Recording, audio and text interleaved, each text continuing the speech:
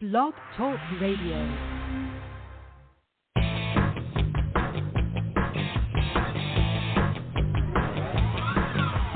Hey there! Welcome to Big Blend Radio with your hosts, Lisa and Nancy, editors of BigBlendMagazine.com.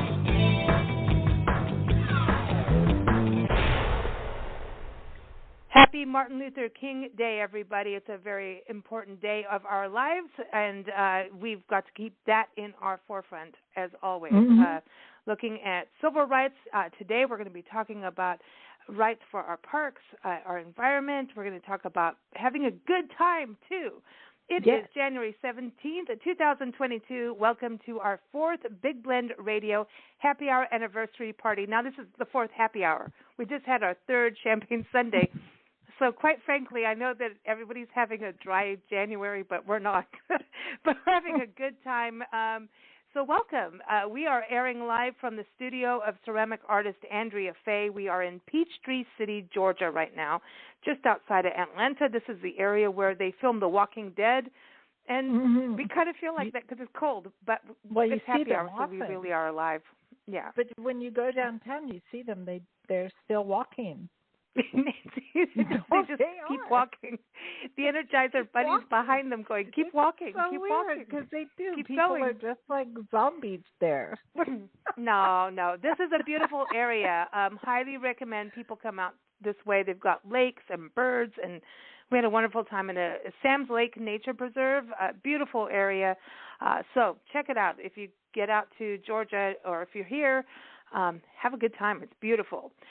Today's show is part of this live broadcast series we're doing celebrating 25 years of Big Blend magazines in this country, 15 years of airing Big Blend Radio live from Blog Talk Radio.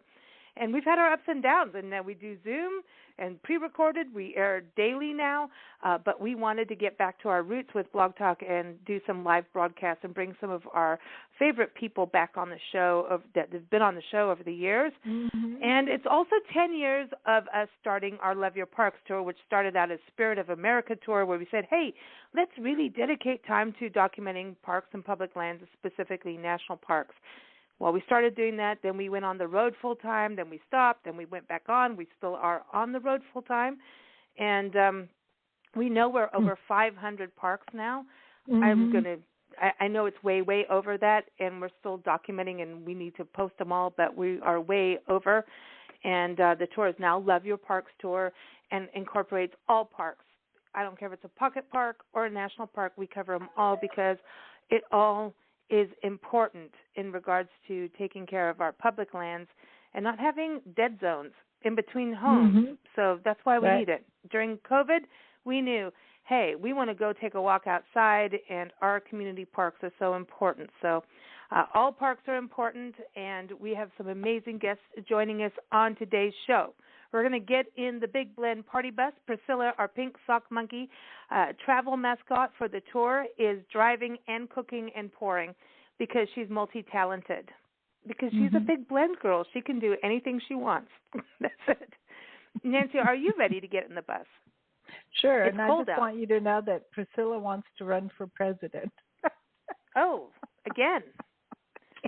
Well, she would be, all right, she can do whatever she wants as far as I'm concerned. And she's a naughty little monkey, though, so some of her past may come out, in the election time. So I don't know if she'll really make it, but she's doing really good right now, and she's going to start us off. So right now we're in Peachtree City. We're going to go pick up our guests. We have Mike Dunmyer, who's been on our shows for Ocean Champions and now is an offshore wind energy specialist with US-Wind. We're going to go up to Maryland to see him. Then we're going to go across to Chicago area, Illinois. Ooh, where it's cold. And we're going to pick up Jodi Canter from Wanderlust. She's got all the gear for National Park junkies like we are. Awesome T-shirts, do-rags, everything for people traveling to national parks. That's cool. Then we're heading home where base is, Tucson, Arizona, where our storage unit is, and our friend Eva-Eldridge, who's an amazing writer, takes our mail, sends it to us once in a while. We don't really have that much, I don't think. I don't know. But she does get it. And our friend Michael will be on the show. Michael and Spider have done all the music of our shows, and we've been talking with Michael since 2008 when he first came on the show with his album Iridescent Garden with him and Spider. Spider has since passed, and he's going to be telling us about a lawsuit that happened, and we're going to talk about that. And also Mark-Navarro, Spider's boyfriend, will be on the show again. He's an amazing photographer. He's had his art on the front cover of Big Blend Radio and TV magazine in fall of 2020. So it's very cool. People are happy. We're all good. And get on the train, or I should say on the bus. Let's go to Maryland, Nancy. It's been a while. Okay, why not? Are you ready? Why not? Let's go talk to Mike. Yeah.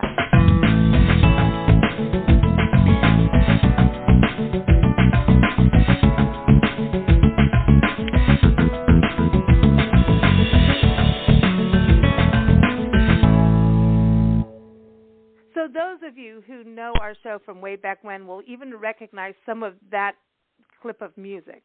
This is old school Big Blend Radio. I went back in the archives, and I can't believe I even have them. Somehow they ended up in Dropbox, and I went, oh, my God, we used to play this all the time. And we had Mike Dunmyer on the show all the time as a champion for Ocean Champions. He's really an amazing human being that understands that we need to take care of our environment, and he's never stopped. When he was with Ocean Champions, was on our show all the time talking about how they were taking the money that they could raise and use it for political campaigns for people that were doing the right thing for the ocean. You got to think 70% of the world, isn't it? 70% is water, ocean. So he understands that, and he understands energy, and that's what he's doing today. He is a leader he's with US Wind. They're the leader in offshore wind energy in the state of Maryland. Maryland, what we found out, is really kicking some butt in regards to energy. Our friend Adam Roberts was just on the show. He's running Bethesda Green in Maryland. And so it's really funny because they've been on shows together, too. We should just have a party with the two of you. But welcome back, Mike. How are you? Oh, fabulous. It's so great to be back with you, ladies. I'm so honored to be a part of the 25th anniversary series of shows. Thank you so much. Hey, thank you. I mean, you're not giving up on the whole. I know you went from Ocean Champions to being an entrepreneur and running a business, and now you've put your foot into the literal windy water of Maryland to really work on offshore wind energy. And this is something that people are working towards making, like, hey, we need to do something right now. We've got what's happening with that whole bill? Is the Build Back Better Bill is that even happening anymore? Should I ask? If I were to be putting money on it, I would say no, but never say never. There's always a chance, but there's still plenty of good things in the infrastructure bill that did pass, and plenty of incentives that are in place to develop offshore wind and other renewables. So the Build Back Better would certainly be helpful, but there's already a lot of momentum. So good things are happening. So being part, I know you've gone from the nonprofit to an actual business sector, right? In a way, I think we need both. And isn't it important that we have these companies in place to be able to, when you get the big green light and to start rolling now? It's rolling. It's been rolling for a while, but this is really important now that we don't sit on our butts and wait for the big wave to take us out, literally. And your metaphors are right on point as always. And it's funny how things happen because I did Ocean Champions, was the executive director there for about 5 years. I'd been on the board before coming on as executive director, stayed on the board after I left, and I'm really proud of what we got done there. But wanted to try my hand at building a small business. But it's kind of funny, as you guys know from your show and all the incredible people you've spoken to, there are all these networks that are out there. And it was really part of the Ocean Champions network kind of sought me out and found me for this US Wind opportunity. So, these worlds coexist and interact, and people that did a lot of great things in one world can show up in the other and do great things there. And there's a lot of momentum. So U.S. Wind has the wind energy area that's off the coast of Maryland, but it's one of, I believe, 14 projects that are in some state of approval up and down the Atlantic coast from Massachusetts down to North Carolina that in total can deliver about 25 gigawatts worth of offshore wind energy. Our project will deliver about 1,100 megawatts, 1.1 gigawatts, and that's enough to power 350,000 homes in the area. So there really is momentum. Scotland just approved another 17 projects today off their coast for another 25 gigawatts, and this is what makes you hopeful that, at a global level, we can get to the kind of scale that can make things, we can slow down climate change, slow down sea level rise, and maybe keep things going. Awesome. We're excited. I know that when you were with Ocean Champions, you really talked about this a lot. And I remember Nancy and I going, I don't know if wind is good. Like the wind energy is as good as solar. And we've seen highs and lows from both, actually. And it's really about how it's done, I think. I think it goes according to the company of who are doing it and where they're placing it strategically, right? In a way, it's not just all is good, all is bad. We have to kind of get in. Yeah, I think there are nuances. So different types of renewable energy are better or best for different areas. So where we are, and I'm actually in Delaware because we'll be making landfall here in Delaware, so there's a lot going on. But in Delaware, we don't have, or in Maryland for that matter, large tracts of open land that you could use for solar arrays. But what we do have is consistently steady winds blowing offshore year-round and a continental shelf that stays very shallow pretty far out. So it's relatively easy to install the foundations that you need to support these turbines, and you've got good wind blowing there. So that's the energy resource that we have readily available, and because you've got so many people moving to the coast, you need energy sources that are close to the coast. It absolutely makes sense to do this here. And what you're talking about, and there are concerns out there about impacts on the environment. Mainly that's during the construction phase, but there are incredible amounts of mitigants that are put in place to make sure that we do cause as little disturbance as possible. And I'm proud to be a part of a company that is really paying attention to that and wants to make sure that they do everything the right way. Yeah, that's awesome. It totally makes sense that every state has its own personality, if I can put it that way. And so not one solution is a blanket solution for everything. I think that's one of the hardest things we have to get over, is that one solution is a blanket solution for everyone and everything, because I don't think that exists really, truly anymore. And so I think when we're looking at the environment, you've got to go place by place, climate by climate. You've got to look at what sources, how much water do you have, how much wind do you have, how much sunlight do you really get, before you can make a decision on what's right for that particular state. We put borders, as humans, we put borders up, and nature goes, nah, I don't care. True. Yeah. No, absolutely. And along our coast here, the thing that we're impacted by big time is sea level rise. Delaware and Maryland along the Delmarva Peninsula, which you not know about.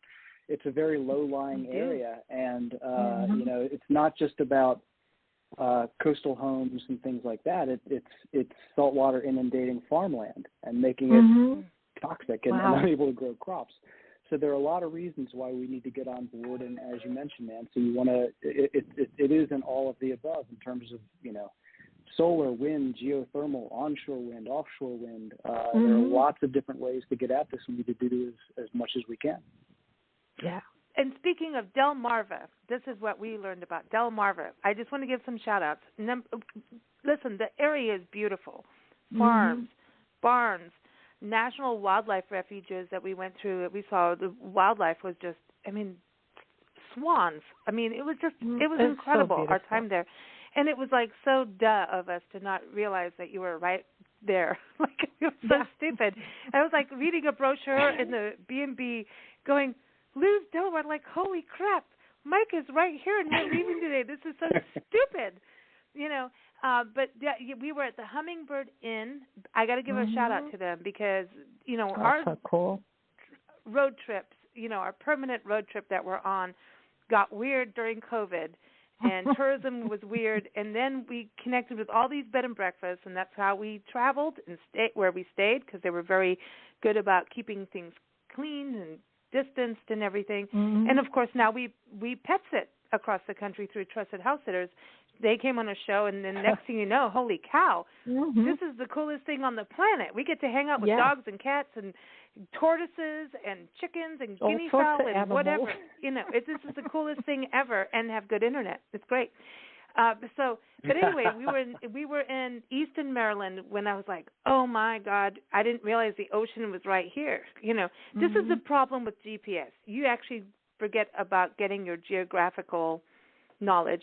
But I was like, the ocean's right on this side, and then there was like Old Bay seasoning was real. It's like here, that's where it's from. You know, dude, the bacon.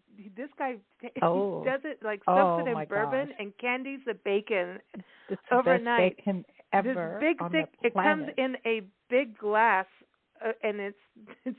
I know Michael's rolling his eyes right now. Michael-Ely that's coming on our show because he's vegetarian, but that bacon, I'm sorry, was one of the best things we've ever eaten. No, Old Bay seasoning and So shout out to Hummingbird Inn. It was the bourbon, which is you know, vegetable based, right? So that's of course. That was it. And then we also went to Odessa, Maryland, Delaware. Excuse me. Let me get straight. So we ended up learning about the Underground Railroad, network, and went into these mansions that were built by Quakers and business people, but they wouldn't have they had silhouettes cut, but they wouldn't have paintings painted of themselves because that would be too egotistical in their belief. Right. And then you go up and you found all these places, nooks and crannies where they hid slaves on the run, going for their freedom. And when you looked in these little spaces, I mean, tiny. Some of the places you were like, we oh humans my gosh, would not fit in them now. Well, we wouldn't fit in them. I mean, we're so would. tall compared. It's like being in a coffin, but squeezed down. I don't know how a human could go in the places that we looked at where the slaves hid. It's mind-blowing. On their road to freedom. And it's important that we say this today, you know, when we think about civil rights, it's Martin Luther King Day, and the history back east where you are so deep and something that really opened our eyes, you know, coming from the west side, you know, like, whoa. And I want to give a shout-out to Miller and Dunham Bed and Breakfast out there. They're awesome people. And hi, Buddy, to the dog. So, Mike, we got to get on the road. We're going to Chicago. What's the temperature in your neighborhood right now?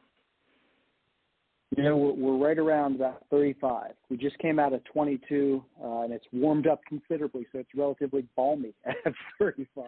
Balmy at 35. It's 37 where we are right now, and we're being babies, okay? Is it still 30? It's 37. Okay, so we're going to go to Chicago area in Illinois, so I hope, you know, you're ready for that. But Priscilla, our pink sock monkey, wants to take your order. She wants to, you know, make sure you have a cocktail or whatever you'd like to drink on the happy hour bus, the Big Blend bus, and, you know, whatever snacks, it's happy hour. What would you like? You know, so I got to go, keeping with the theme, a nice glass of Jefferson's Ocean bourbon, neat. 3 fingers would be great. That should get me until we get to Chicago. Dang. Cool. Ooh. Would you like something to eat? Are you going to eat dolphin stuff again for the dolphins playing or whatever? I will never forget that show. I will never forget that. Shout out to Eddie Maldonado who used to co-host shows on this.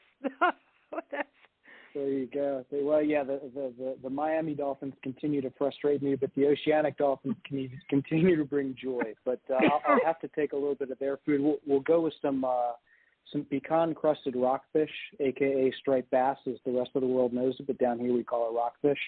It's been in season, and it's absolutely delicious. So we'll cut up some of that and share it along with the bourbon. So you there put pecans on fish? Is that there pecan are crusted? unbelievable things that happen here. Yes. And it's not a Wow. pecan, as we learned when we were in Texas. A bed and breakfast owner Pecan, told at the brick house pecan. in Nacogdoches, Texas. The old she goes in, she's got Huh. the accent, and I said, "Is it pecan or pecan?" And on her interview, she said, "If it was a pecan, that means you're peeing in a can. It's a pecan." That's how I flipped. Okay. Always a pecan. All right, on that note, we're going to Chicago. Put your jackets on, everybody. The bus is going, and the bus has snow tires. Thanks to our friend Andrea from yesterday's show, who's in Sun River, Oregon, where you have to have snow tires. I didn't know such a thing existed, but we now have them. So stay tuned. We're going to go pick up Jodi.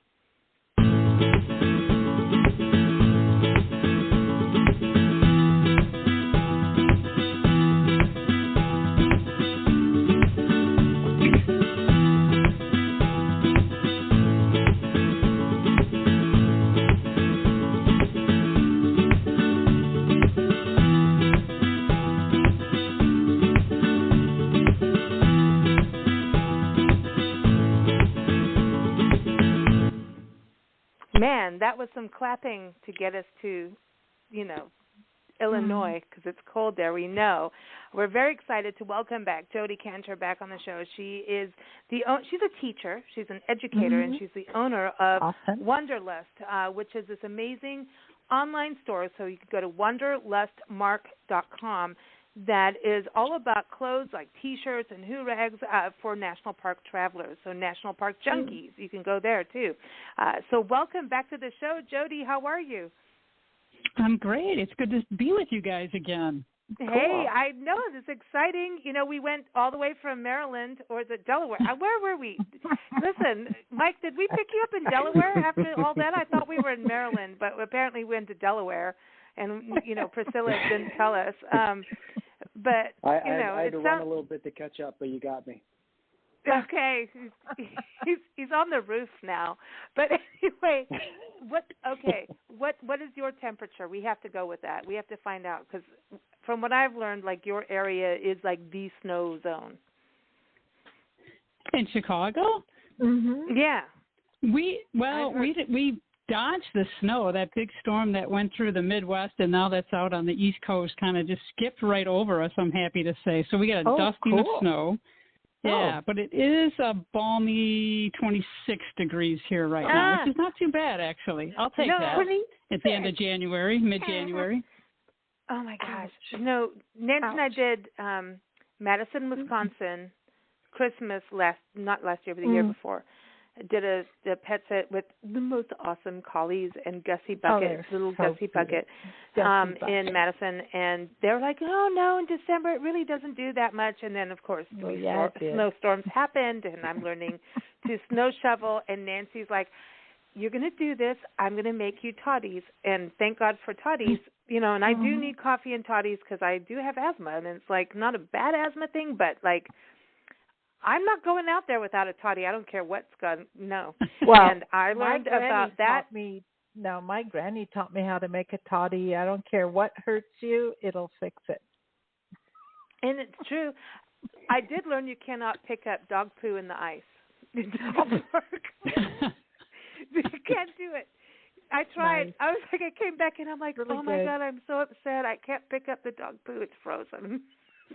and yellow snow exists. That was but we went back to Madison in the spring, and the couple that we were sitting for were like, "You've got to come back and see, why it's so beautiful." And it was beautiful in winter inside. But when we went back, it really was this magical place, and that's a really good city. But we did go through your area. Madison's not far from Chicago, and we went through Champaign Lakes area, I think it is, and they have all this forest preserve, Champaign Lakes Forest or Champaign Forest, and we went out in the snow. We did stuff in the snow. All I know is we did do it. You have snow on your trees, but it ices. There's a difference, Jodi. You've traveled the country to national parks. There's a difference with your snow. There is, right? It's different. I guess I don't know that, but now I need to get out more in the winter months to sample that.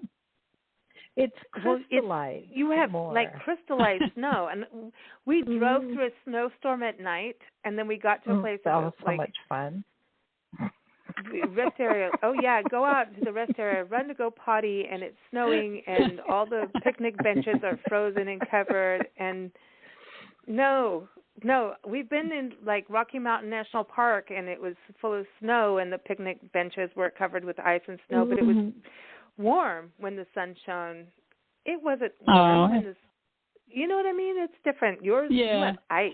But it's pretty. And I was going to say, maybe they get that light, fluffy kind of snow, and ours comes with a little bit of moisture to it, so it's heavier, and then it freezes. And we did have an ice storm the other day. That was fun to navigate. Yeah, it's absolutely moist for sure. What? And would like to... The crystal, it forms crystals as opposed, but when the light shines through, it's really awesome. Yeah, it's pretty. Pretty. Yeah. From the inside looking outside, it's pretty. I know. When you're outside, you're just like, help. We drove through the night and saw like everybody. It was in January and everything was all twinkle eyes from Christmas lights, and it was magical. But then getting gas in a snowstorm was not magical at night.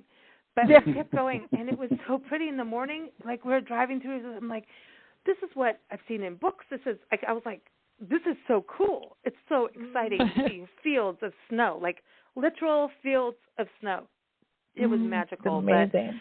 But Priscilla would like to serve you something to eat or drink. She wants to make sure you're warm and cozy. What can she get you? Well, gosh, you mentioned the hot toddies. I think Chicago is known for like old-fashioned drinks, the old-fashioned drink. I don't even know what's in it, though, but it sounds good. I'll take one of those. All righty. Get on it, Priscilla. That sounds warming. She'll have to look it up. Give her a double. Yeah, that's it. But our only snack here is, our snack here is just pizza. So that could be breakfast, it could be lunch, dinner, or snack. We just do pizza. And as far as we are concerned, then we are Chicagoan because I'll do any day, anytime. That's what Nancy wants pizza ordered at night so that she can have it for breakfast, and she heats it up absolutely. And she fries an egg and puts it on top so the egg is runny enough to get over the pizza, and it's like if you like eggs Benedict, this is a whole different version. It's so good. It's egg pizza stick. I think you may have lost me with the egg on the pizza. No, it's good in the morning if you heat it up. You and don't put it in the microwave. Do not put it in the microwave. You put it on a griddle or a frying pan. Not too much oil. Don't do it. And then oil. You fry an egg just enough that it's and then you put grated cheese on top. Oh yeah. You got to add the cheese. Add more. I know. Don't look at my waistline. Don't. But it's good. But it's really, really good. So I'm just saying. I'm happy. So I heard that you did some traveling this year. You've been out. Past year, last year, you went to the Smoky Mountain National Park, which Nancy and I did too. Hot Springs, which we did in the beginning of the pandemic. Hot Springs National Park. They would like T-shirts there. I'm just saying. I think I can accommodate that. Sure. Yes.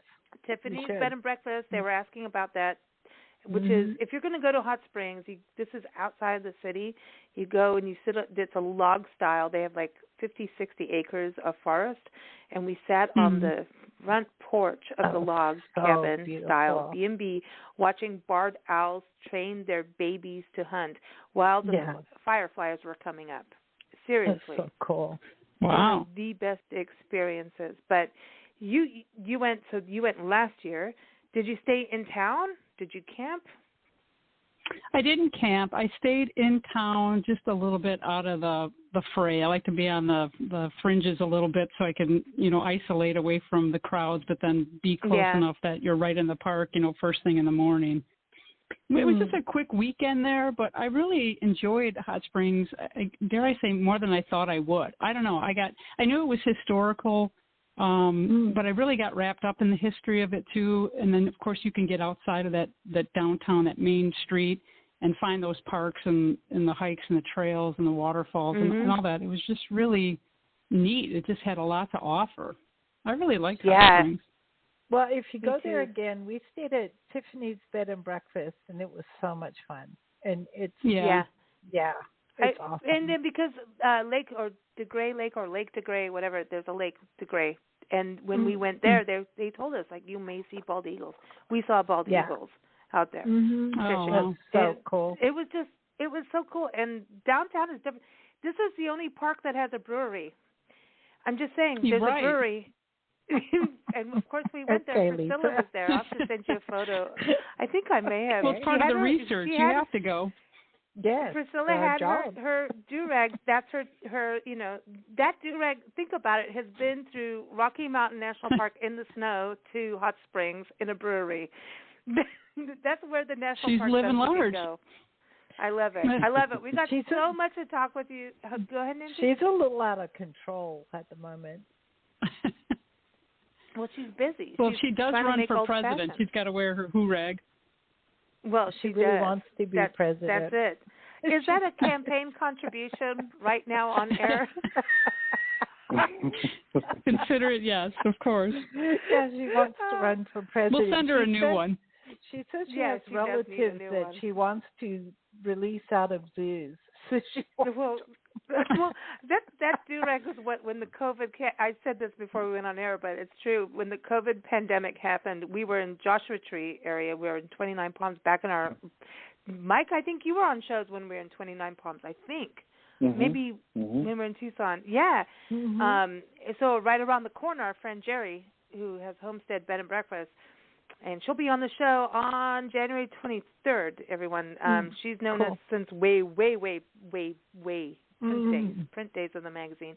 It's all her fault. We were there, and that's when the whole COVID, and we got turned around at Joshua Tree. We were there filming tent caterpillars breaking out of their thing. Anyway, we wanted to go back to the nest, and we were there right as they were like, that's it, nobody can go in the park anymore. And we're like, oh, this sucks. And but anyway, the hoorag, that's what I had, like, immediately, like, everybody run to the grocery store and take all the pasta and toilet paper you can. And I was like, I'm going in there for wine. Everybody move. I'm going in for wine. I don't care. I'm going in. And I did get the food, but luckily Jerry got the toilet paper. She went to the commissary. But I went in. But seriously, it was like, I'm proud with my hoorag, and that's my mask. And that was my immediate mask during the pandemic. And I think it's a great thing on trails when you're outside. I know they say you have to have the proper mask thing, but the hoorag is great when you're hiking because you can put it up or down, and also when you're in the South, in places like South Carolina and North Carolina, you do want to cover your mouth because things fly in. And thank you, Jodi. Because that hoorag has been around. It's been through a pandemic and what they call chiggers. And I have to say that correctly. Those little chiggers, those little things. Do not touch the Spanish moss. Yeah. So thank you. Yeah, they are on the Spanish moss, which everybody wants to touch. And I'm like, don't do it. So thank you for protecting the mouth. Don't do it. You'll be sorry. We try. We do what we can. And he'd go around the town going, I got the chigger. I know. And then you look down, you got a gator right there, and they're all hanging on the gator back too. It's cool. Yeah. All right. I know you. I want to talk about your Florida trip too. And speaking of Florida, you mentioned waterfalls, and so we're going to play a song called "Orchids and Waterfalls." This is from the album "Iridescent Garden" by Michael and Spider. And Michael is on the show. Mark-Navarro is on the show. Photographer Mark-Navarro and Eva-Eldridge is on the show too. All of them in the Tucson compound because they're all there in the same neighborhood, basically. I think you could walk to each other's place. But this is our old hometown, and our friends from Tucson, and we're very excited to have them back on the show. So we're going to play the song Orchids and Waterfalls. You were just in, Florida. And I know that orchids are still blooming in Florida right now. It's really hard to believe, but they are. So, did you see any orchids while you were there, Jodi? Gosh, I don't think I did, but you know what? And I think it was due to the pandemic again. We just really stayed right on the beach, and I know that sounds like a hardship. But really, we just stayed on the beach and just isolated and kept away from the crowds and just really enjoyed the time to relax and recharge. That's good. Where were you in Florida? Like what part? Fort Lauderdale. Nice. Well, that is Orchid Land, and that is the area where we started our tour from. Mm-hmm. That's where we kind of got this idea when Nancy and I in 2012 went to do a tropical plant expo in Florida in January 2012 in Fort Lauderdale. We were invited by a company called Costa Farms to go and do a radio broadcast. Priscilla made one of her biggest debuts, by the way.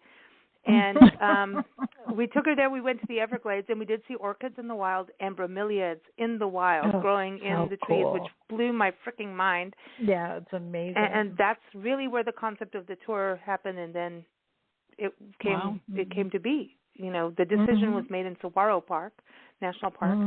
And so this is actually pretty cool that this is the bridge. Here we go. Yeah. Here is Orchids and Waterfalls, again from Iridescent Garden by Michael and Spider. You can get it on Amazon, Spotify, wherever. And hopefully Bandcamp, because they actually pay musicians. Here it is, Orchids and Waterfalls. And here it is. I'm trying to find it to make it work. Here it is. It's so different. We don't do it like this anymore. And now everyone's going to laugh. Here it is. Dude, seriously, I just uploaded. Are you kidding me? No. Okay, well, we're going to do the next best thing. Are you kidding me? I did do this. Do you want me to sing? Okay. You can? Yeah, you want to go sing? ahead. No. Yeah, go ahead. Come on, I dare you. Well, no.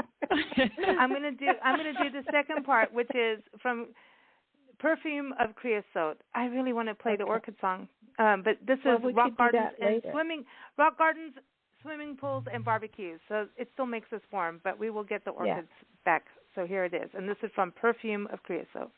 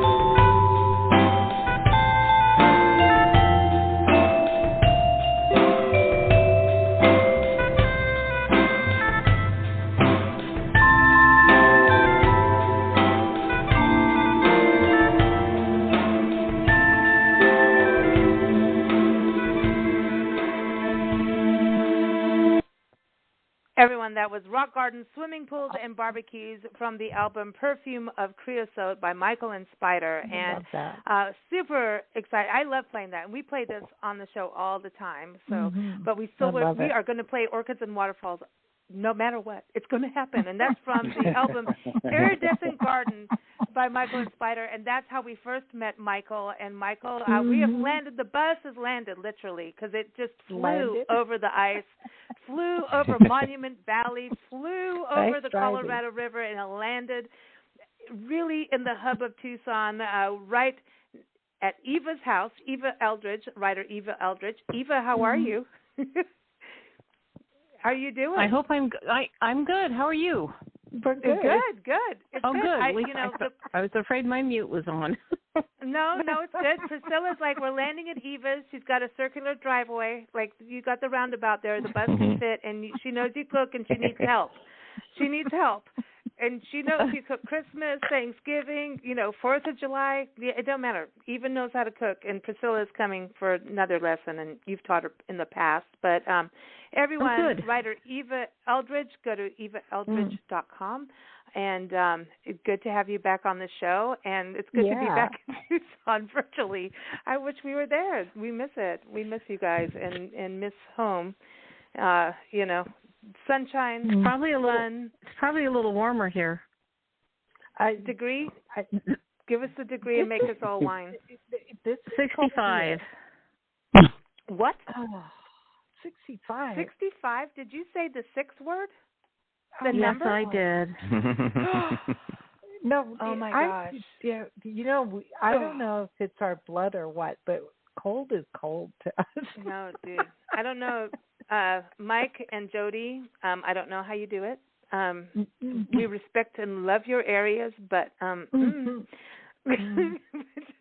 areas are covered with 17 layers. That's how we do it.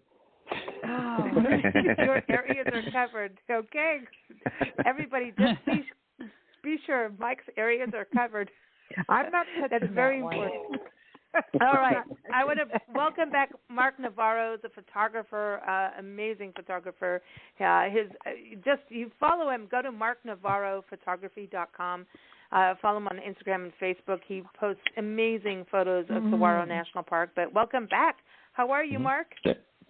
I'm doing good. Thank you for having me. Cool. Good. And Michael-Ely, we played, the music, rock gardens, swimming pools, and barbecues. We will play orchids and waterfalls. It will happen. But welcome back. How are you?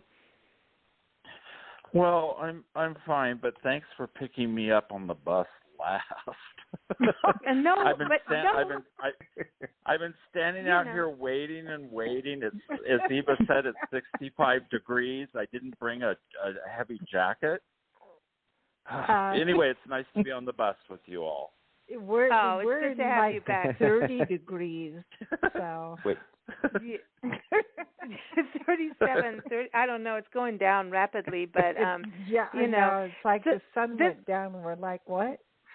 But Michael, do you realize that Orchids and Waterfalls was one of the songs we played when you first came on our show? This is so funny. He came on. This was when we lived in 29 Palms, and then you sent us the album. I remember it coming in the mail. We had the music from your manager. You came on the show. Then you sent us, I think, more than one. Yeah, you sent us more than one album, and you wrapped it in lavender tissue paper. And it smelled like incense and amazing. And I was like, when I smelled the incense, I'm like, okay, I know you. But it was just this beautiful package that someone actually took time. Like, when you think about today, who does that? And even at that point, the Internet was there. Twitter had started. It was 2008. Twitter was there, just beginning, And you got to think back to that. And that was when your album came out in the spring. Good timing for Iridescent Garden. But and you said on the show, when you come to Tucson, we've got to go have a margarita at the Tiki Bar. And we did. But the first time we met you was actually when we moved to Green Valley. We did not get the Green Valley grin. Anybody living out there knows what I mean. But we did go and meet Michael and Spider, had dinner, and then it was actually the second time we hung out with you that we went to the Tiki Bar. But the dinner was everything our heart doctor says we shouldn't have. It was macaroni and cheese and this amazing cheesecake where Spider actually went out in the garage and beat up the graham crackers for the crust. Yeah. Oh, yeah. I remember. Yeah. All the aggressions were taken out on the graham crackers. And they're like, welcome to dinner, Spider's out there. I'm beating up your dessert. No. But it was magic. And here we are, and you've been on our shows for years, co-hosting, and just, you know, I think the it's journey been has probably been long. about like, at least 35 years. No, don't make me that old. I remember saying, if you're ever in Tucson, yes, we'll go to the Kon-Tiki, because that's when Spider and I were going through our kind of our Tiki Exotica music phase. And then you called one time and said, let's meet at the Kon-Tiki. And I said, oh, you're passing through town. You said, no, we live here now. Yeah. We're like, oh. We're at your door. Like, boom. Yeah, literally. And it's been so much fun. It's been so much fun. Then you introduced us to Eva and to Mark. And Mark, we haven't met you in person, but we will. And Mike, we will get there, and Jodi will get there. Yeah, we will meet everybody in person, and let's do it this year sometime. Hopefully, let's not have any more virus stuff. Like, it needs to go away. Right. It really needs to go. Needs to go. Yeah. But listen, Eva, Priscilla's coming to hang on your shoulder. Because now there's 3 orders all at once. And refills are already happening because we took so long. Like Michael said, we're just late. So first thing is, what would you like to eat and drink, Eva? Because now she needs your help, and she's hoping you will help her.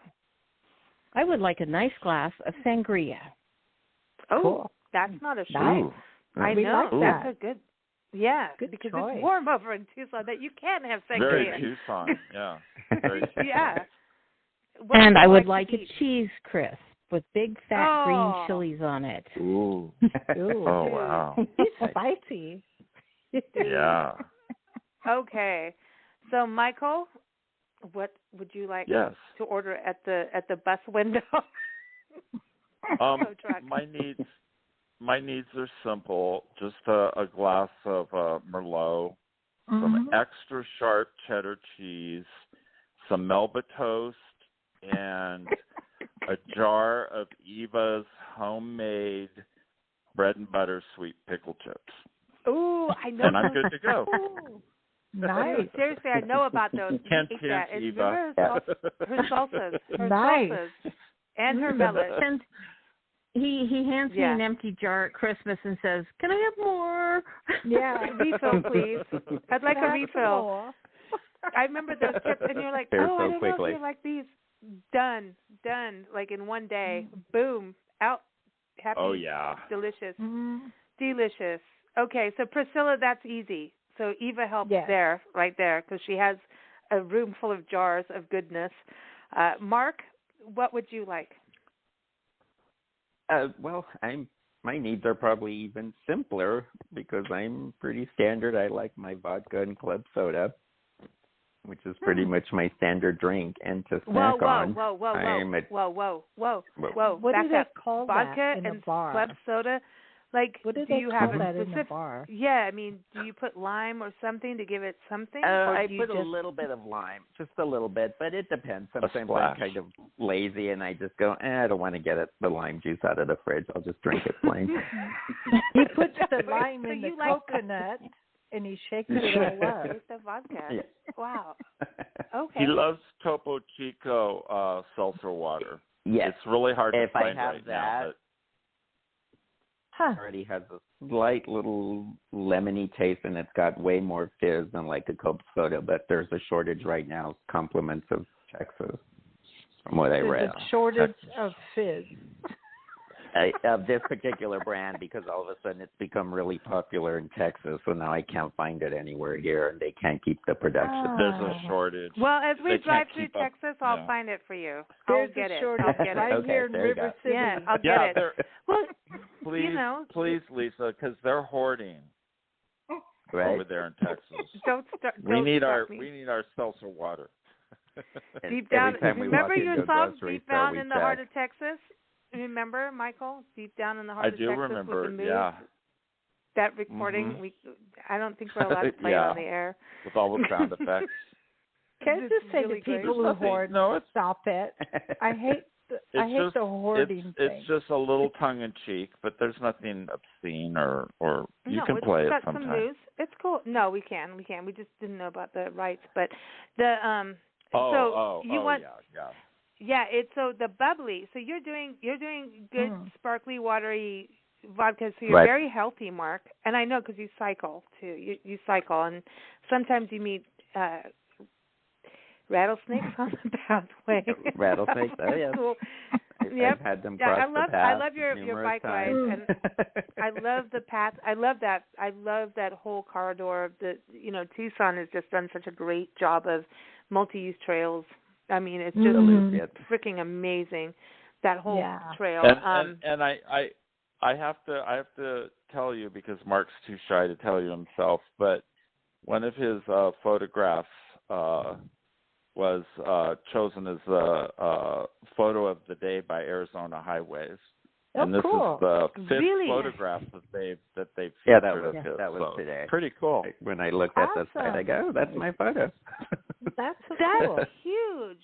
That is huge. Yeah. Arizona Highways is like nationally known. I mean, that is huge. Oh I mean, Ted Grosnier, the artist, that's the editor of that magazine and Ted Grosnier really helped make it be an art, put artists at the forefront and photography at the forefront. And that's like the National Geographic of Arizona, not Tucson, Arizona. Yep. It is. It is. It really is. So congratulations. Cool. Yeah. Oh my gosh. Cool. Dude. Priscilla, give him a double shot of vodka. And what would you like to eat, Mark? I'm a total chips and salsa guy. I can make whole meals out of that. Ooh. Okay, but listen, if you're going to eat that, please don't crunch on the show. Yeah. I'll let them soak in the salsa so they soften up. You soak that. No, I love this. So, everybody on this show, all of you, what I think connects, you all just rock, but really is that you all do love nature, the environment, and parks. So I want to go to each of you and say, like, what was the last park you were in? And I'm going to start with Eva.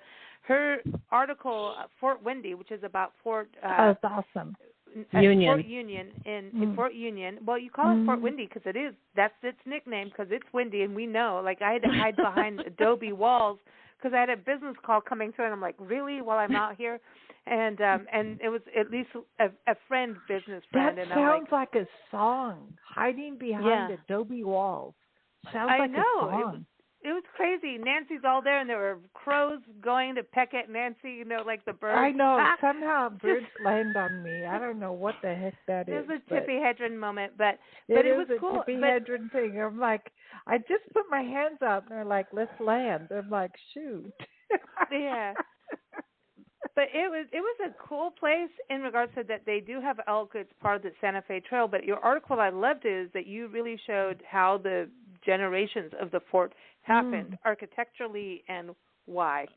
And that was kind of made fascinating. It really you made it easy to grasp about what was going on. So in the history, and it really showcased the history. And I think people don't realize the Civil War history. They don't understand that happened in the Southwest, and so you grasped it really well. But what was the latest park? Oh, everyone, the article's in the latest issue of Parks and Travel magazine. Just go to nationalparktraveling.com. You'll see it. Just type in Fort Windy and you'll find it. But what was the last park you were in? Or I'm not sure. Well, we were in what used to be called Hot Springs. You were talking about Hot Springs before, but this is Truth or Consequences, New Mexico. We were there just last week. Oh, cool. And we got to go there. I thought you did go there. Guess not. No. It was. We're playing with RVs, trying to decide if we want to become RV people. So we rented an RV and we tried a couple of RV parks, and we ended up in Elephant Butte, and it was very nice. And we went to at least one hot springs. There's 4 or 5 public, or ones you have to pay for them to get into them, but we want to try a couple of the other ones. Jeff really is nuts about hot springs, so he had a great time there. So did I. It was beautiful. It was right on the Rio Grande, literally outside on the Rio Grande. It was beautiful, and birds and fish and all kinds of lovely things. And then we went to the Spaceport of America, which you have to get a tour for that, and that was way more fascinating than I could have imagined with that and what they're doing out there. So, Eva, where's that located? It's about 30 miles east of Truth or Consequences. You have to arrange to get a tour, and they bus you out there. You're not allowed to drive. You couldn't get on the property anyway, even if you did drive out there. And there's they give you a spiel of what they're doing out there and the buildings, and it's very, very interesting. So it helps. That's promoting the space programs from the corporate side. But the spaceport was built by the state of New Mexico, is owned by the state of New Mexico and two counties, the one with Truth or Consequences and the one with Las Cruces. They paid the $20 million in taxes for it. Wow. And they agreed to do it because it brings in tourism. And I know you guys are all about tourism. Yeah. Well, White Sands National Monument is now White Sands National Park, which it does deserve that. And it got upgraded. Yeah, it did get an upgrade, and we need to go there because I want to roll around in White Sand and feel like that was something I was. It's like going to another planet. Yeah, I was hoping to do that, but time.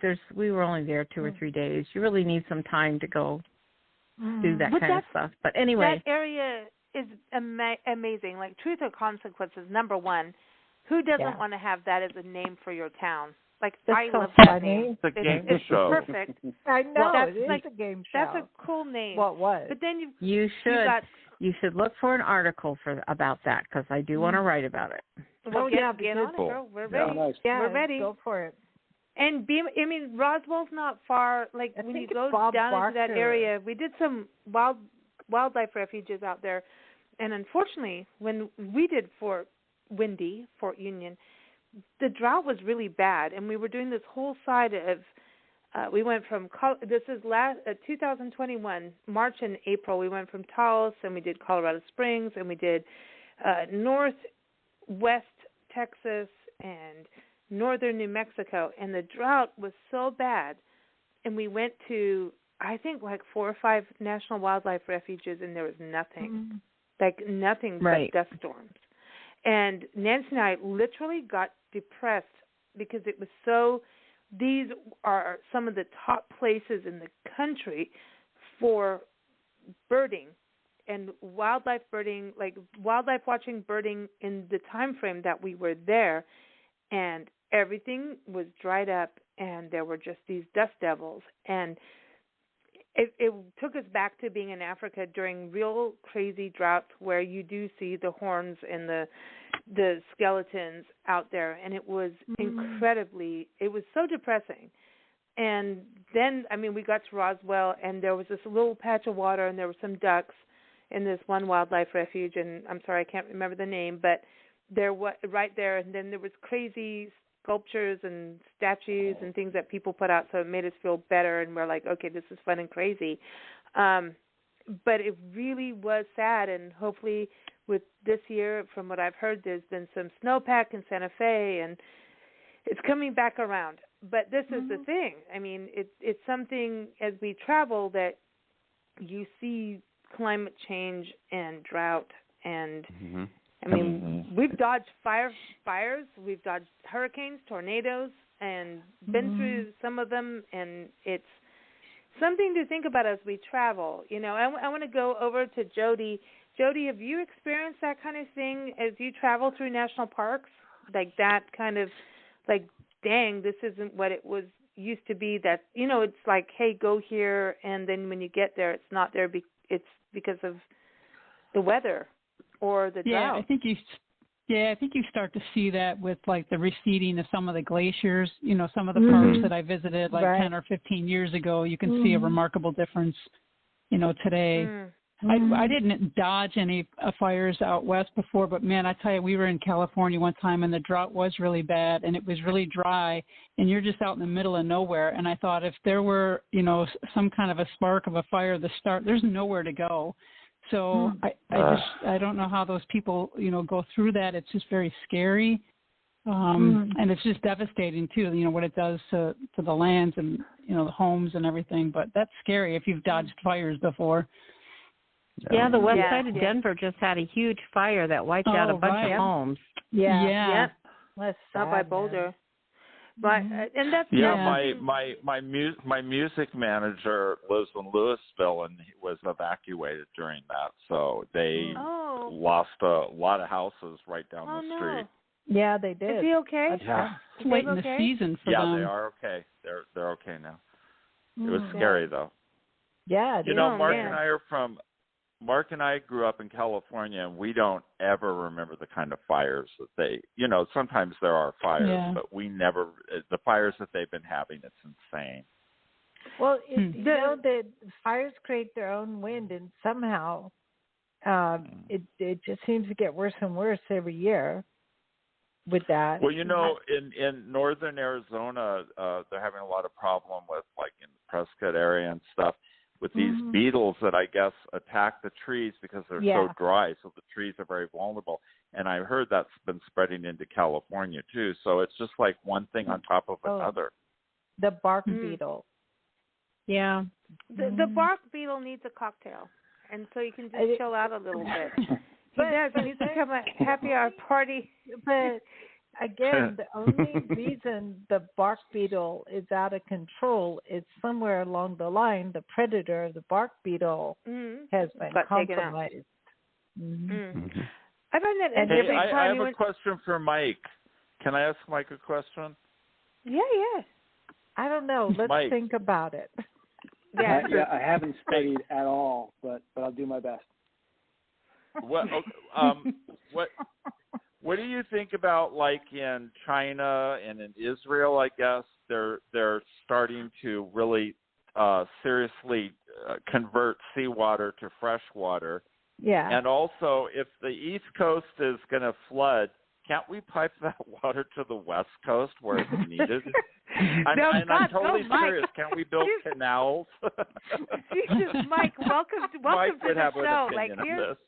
Why don't you just take care of the whole environment? Go ahead, Mike. I'm on it, but I'm going to need another drink first. Yeah, I bet. The water to fresh water, I'm certainly not an expert on that, but it's a process that does have some consequences, does have an effect on the area where the salt water is taken from. There are some islands in the Caribbean that's really the only way they can get fresh water. Limited spring water there, and so certainly that makes sense. But we've got to protect the groundwater that we have, and protect it from saltwater incursion, protect it from toxins and overbuilding and things like that affect it. So you don't have to go to things like that because they can be problematic. And goodness, what was the second question? Oh, well, he wants you to pipe the flood water to him. Oh, yeah. Certain that parts may of the just country happen. are okay. I mean, you probably know this too. I mean, so in addition to sea level rise, the East Coast right now is sinking, and the West Coast is elevating. That's due to tectonic plate movement way back, and then it's like kind of like a seesaw. And right now, we went up, millennia ago, and now we're creeping back down again, and so with more and more water coming on board, it may find its way all the way out there to you, and hopefully it'll be desalinated en route. But we tend to think in localities. What's local to us matters. We don't think as the planet, globally, like something. Yeah, we don't think like, if this happens in China, eventually it's going to affect us over here. We don't really address that. We're thinking about and you just would where think we that are. we would, after this pandemic, you would think that we do we would realize that how quickly. I believe Mother Nature is giving us a heads up. Yeah. Get your stuff together. I'm being really proper on this show. Because I really want to say something else. But seriously, we have known this. We have known this for years that this stuff was coming down the pipeline. We have known it. And we just ignore it. And we look at things, where I live, well, if you don't like it here, then go to Florida. Oh, you don't like it there, go to Washington. If you don't like it there, go there. But what we don't look at is our own personal responsibility for the health of our planet, and not just our planet. I'm going to be, people are going to think I'm crazy. Beyond that, our solar system. Yeah.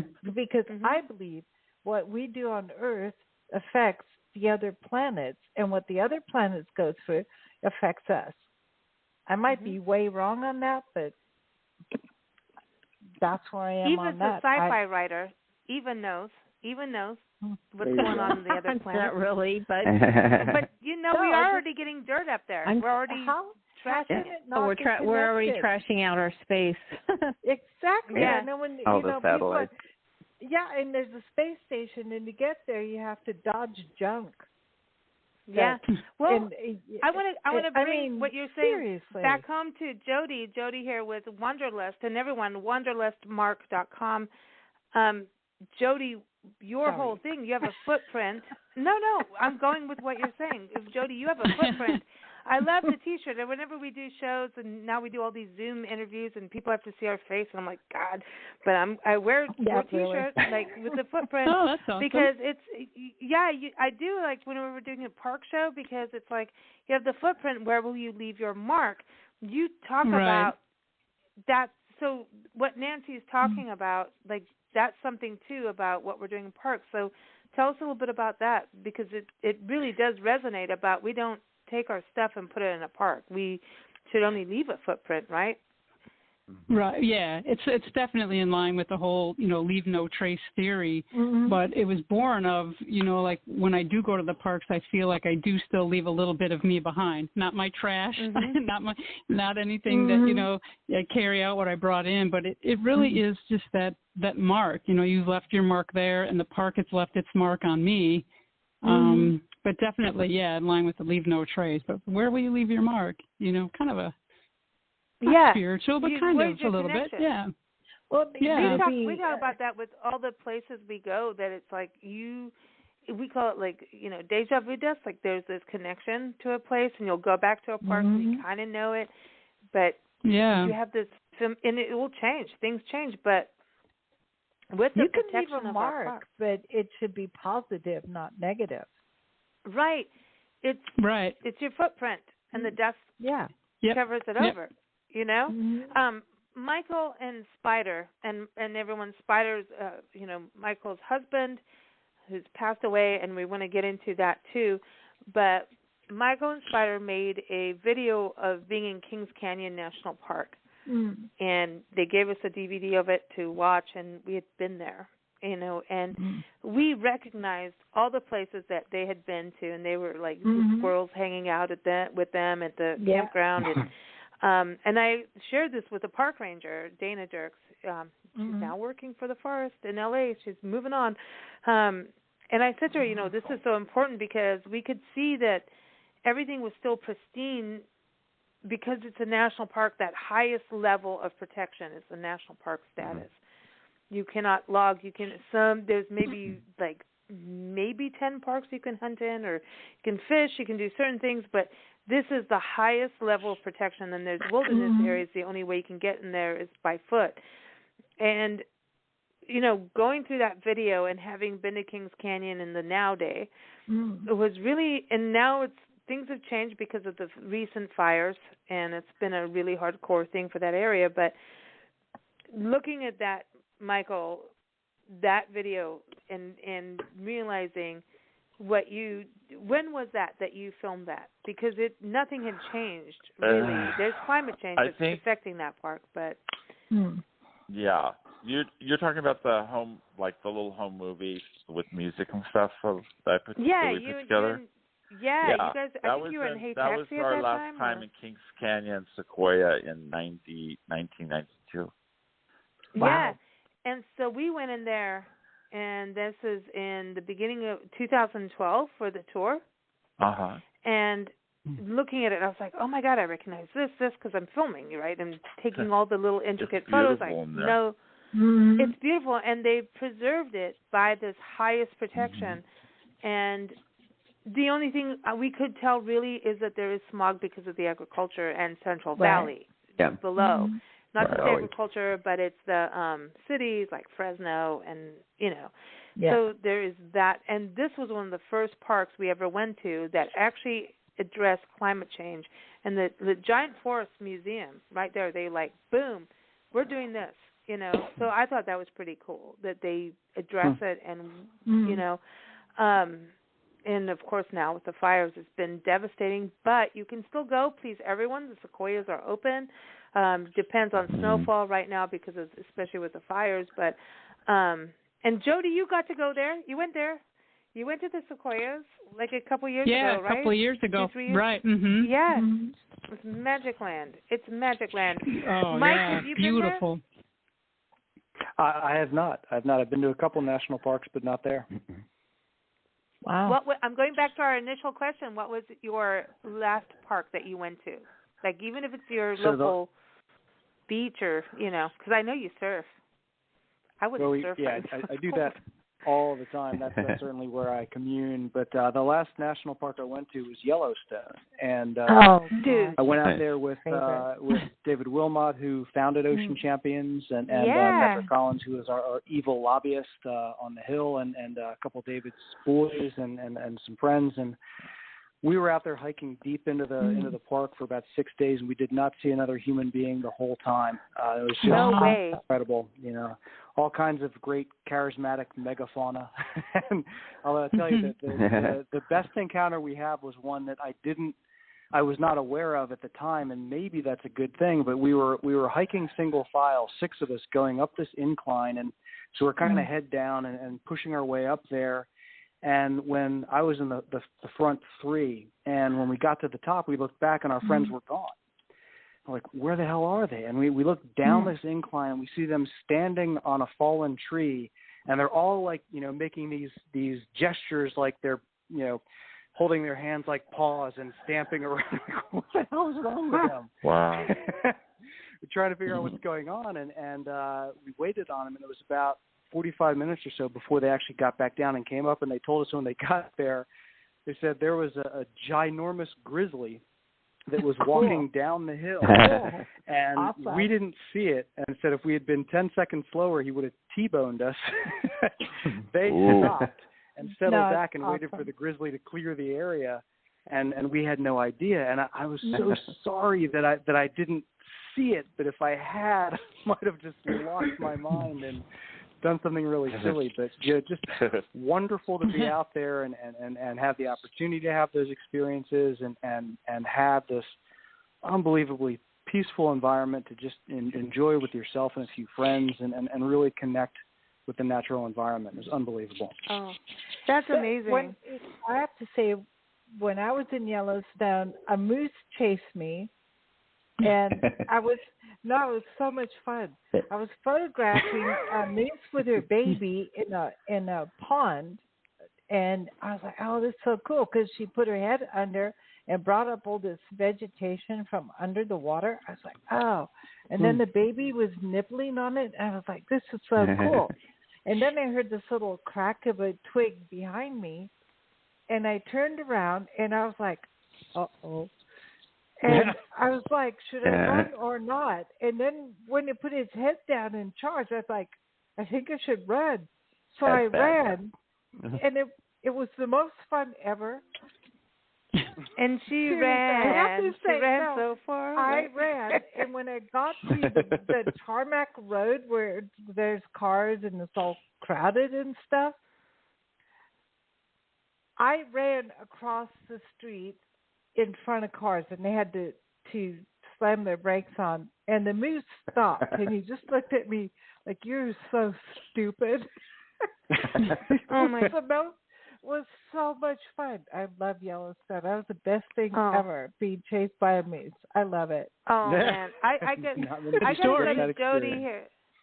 Jodi, because she is a national park junkie. And again, wanderlustmark.com. I got to give a shout out to that. But Jodi, I know you're hearing grizzly bears in Yellowstone. Are you a little jealous? I mean, because I know you're a bear hunter, not with a gun, but you love your bears. And I know you can get to see one of the sequoias. But, what was your... I love hearing other people's stories, too. Yeah, I mean, it's like those encounters make you be more human than you can ever be. Like, that's when you realize we're still animals, and wakes you up, and humility, and just, it's freaking amazing, the adrenaline and all of that. But what was your last park that you were in? I went yesterday, actually, to Indiana Dunes National Park. So, speaking of the cold weather, it was about 17 degrees there, but it was cool to see the lake frozen over. It had a lot of ice balls forming on the shoreline. And so you have ice balls, you have sand, you have snow all together. It was kind of a neat treat.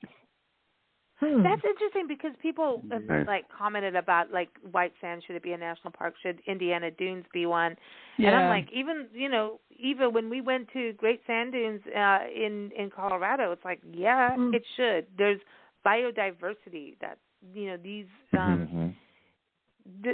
that's a unique park. I mean, I think the Midwest is pretty freaking awesome, honestly. Having done a bunch of travel there lately, I think you guys have amazing lakes, and I know there's been a lot of cleanup, but you have something that definitely the rest of the rest of the country does not have. And we just don't have the bears. If we could just move bears here, then I'd be happy. Have you done Voyagers? Have you done Voyagers yet? National Park? No, I do have to go there though. Oh, yeah. We're going to. I think Florida has bears, right? Florida has bears. Why can't we get bears here in Chicago? Chicago has bears.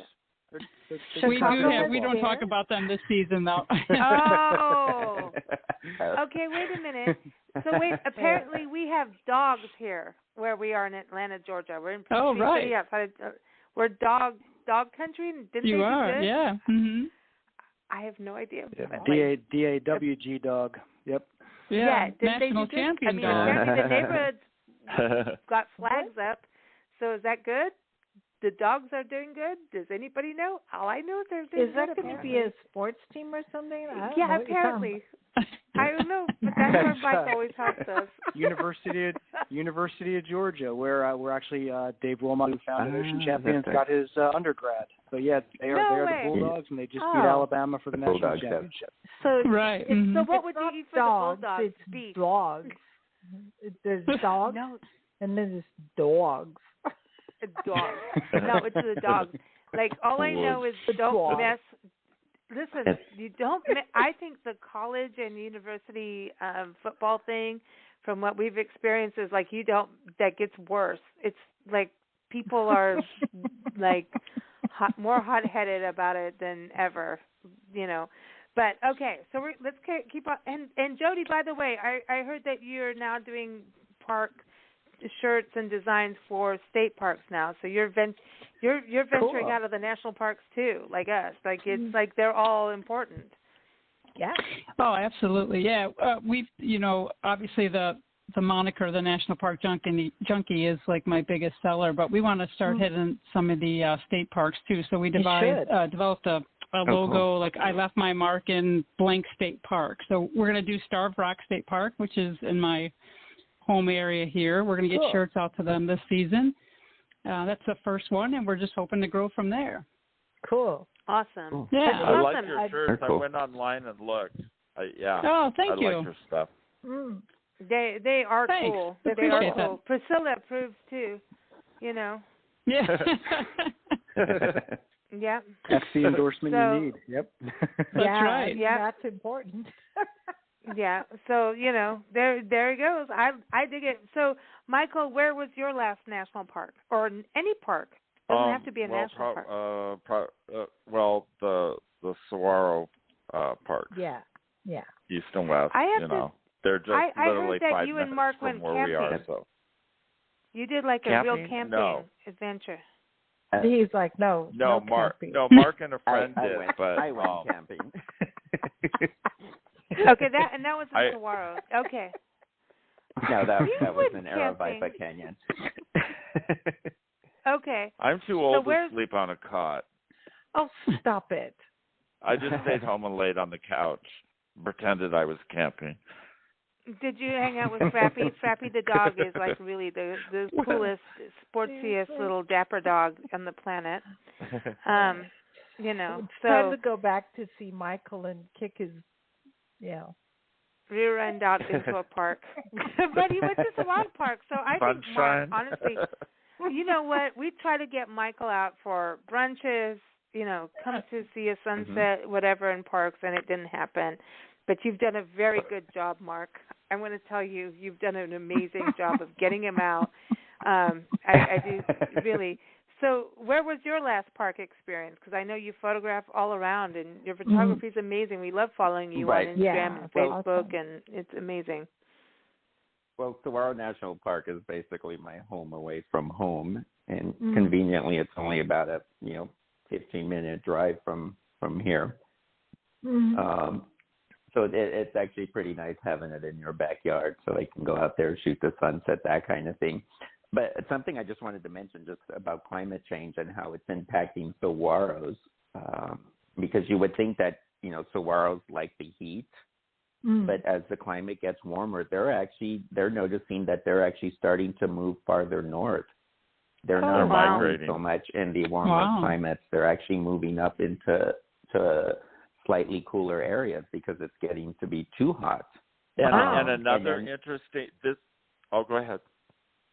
No, I was going to say another thing that is happening is because the water has been very erratic with the rain. Like this particular monsoon, this last summer, we just got bombarded with 13 inches of water. The year before, we didn't even have maybe an inch and a half. So there was this really massive drought, and the saguaros were reacting to that. So what we were noticing is that the flowers were blooming. They usually bloom in April. April, May, June is usually when the flowers bloom, and they were actually blooming out of the sides of the saguaros, as opposed to most of the time they just grow on the tips. And that's never happened in history. That's weird. Where they usually bloom around on top, but not out there on the sides, and it happened everywhere. Right. They don't know why. Yeah, they look like little bouquets of flowers just sticking out of the sides of the bodies, and then we were like, "That's kind of odd." I go, "That doesn't usually happen." This is weird because they've never seen it before. When you say they're moving moving north, I feel like this is the march of the saguaros. Like, you know what I mean? Right. Like I see this really visual cartoon of these saguaro Gumby cactuses move north, and then they're going to make a video in Chicago just now. I want to make a video. I want to, Michael, can I use one of your songs and make a video? I want to make a video. Of course, of them marching forward. Saguaros. Yeah, it's kind of sad though because at the rate things are going, they're saying that within 150 years there might not be any saguaros here at all in southern Arizona. No, they might be gone. Isn't that weird? But this is the shift. This is a serious thing. The shift. And talking of shifts, it's very serious everywhere. Mm-hmm. The other really thing too is, with the. Go ahead. Another thing with because the weather's so erratic and then we end up having much warmer days, in the old days they would just bloom once a year. I've seen them now the past few years where they've bloomed multiple times. My neighbor has a saguaro, and in October she had blooms in the saguaro. Everything's kind of off. Why is the saguaro blooming in October? It's not the time for the blooms to happen. Because it's playing dead. No, it's trying to procreate more often. They react to the temperature. They know more than what we do, I have to say. Yeah. That happened with sharks. But that throws everything sharks off, did that including in the wildlife, Sharks, they do that. You're seeing things off of season. Like, honestly, I've seen snakes in places and times that you shouldn't, you know. Yeah. And they don't really hibernate, by the way, everybody. Snakes they'll come out for I mean, I just met up with a cottonmouth in Okefenokee Swamp and went, "Oh, hello. You look like a rattlesnake to me. I don't know what you are." And I'm like, "Oh, crap, it's a cottonmouth." He was very cute and really just wanted to latch onto an ankle very quickly. But it just is, you know, we're in the shift zone. We are in change, and it's climate change, and it's also social change. And, you know, it's Martin Luther King Day today. Think about civil rights. Well, I want to go and turn over to Michael because, Michael, this is it finally happened, you know, your case. Yeah. So give everybody an overview of this. You know, you and Spider passed away. You had just married each other when you were first. You were married for years. What was it? 36 years together? 36, 39? Was it 36? 43. 43. 43. God, I'm like, I can't even imagine being. No, I'm 40 something. Like you're my age and being together with Spider, right? Yeah. And Spider works. You're doing things too, and most everybody that is connected in a relationship of a long time, married at this point back in the day when Spider passed away, was, oh, okay, you're married and your spouse gets to get a Social Security check for being a spouse, right? We know plenty of people who have that. You were not allowed to be married. And then as soon as you were allowed to be, you went, and of course you were married all this time, but not under the law. Not you legally, got married as soon as you could. And at that point, Spider was, you know, he was fighting cancer at that point. Right. And passed away during this whole thing. And am I saying this right? Getting it right? Take it away. Like, what happened? You know, because he passed away and you didn't get your rights. You didn't get it because you weren't married. Yeah. Long enough. He passed. Yeah, we were together for over 4 decades. We were finally able to get married here in Arizona. He passed away 6 months later. Because we weren't together 9 months, only 6 months, I was denied his Social Security. So I told him I would fight for it. So I found a great lawyer, Social Security lawyer here locally in Tucson, Brian Clymer, and he and his people helped me start a lawsuit against the federal government to correct this.